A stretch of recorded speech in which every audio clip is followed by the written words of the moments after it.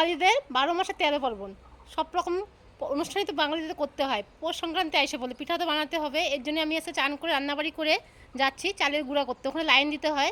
এর জন্য আমি আগেই যাচ্ছি রান্না করে, মা ঘর দুয়ার লেপে, মা আমি যাই পর লাইন দিব, মা যে পরে যে দুজন শাশুড়ি বউ মিলে গুঁড়া করে নিয়ে আসবো। চালের গুঁড়া কিনতে পাওয়া যায়, কিন্তু মা ওই গুঁড়োগুলো মানে পিঠা ভালো হয় না, মা খেতেও পছন্দ করে। এর জন্য আমরা দেখতে পার দিই পিঠা বানাই প্রতি বছরই, কিন্তু খুব সাবধানে পার হতে হবে। আমি আগে পার হবো, তারপরে আমি দেখে নিয়ে গিয়ে মাকে নিয়ে আসবো। একদম ফাঁকা, 1টা বাজে, এখন 1টার সময় আসছি, ফাঁকা পেলাম। একটু পরে আসলে তো মানে পেতাম না, সবাই ভিড় হয়ে যেত। এই জন্য আমি তাড়াতাড়ি করে রান্না করেই আসছি।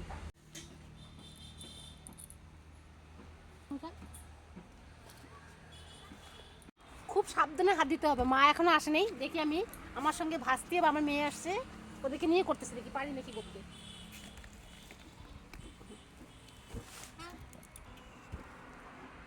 ও একা একা দিতে পারছে না, এর সঙ্গে আমিও দিচ্ছি, দুইজনে মিলে দিতে তাড়াতাড়ি হবে।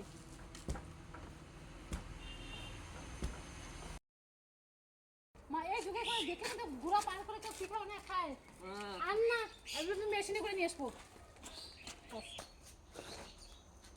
দেহির গুড়া যে কত ভালো হয় সেটা তো বোঝো না, কিনা গুড়া পিঠা ভালো হয় না।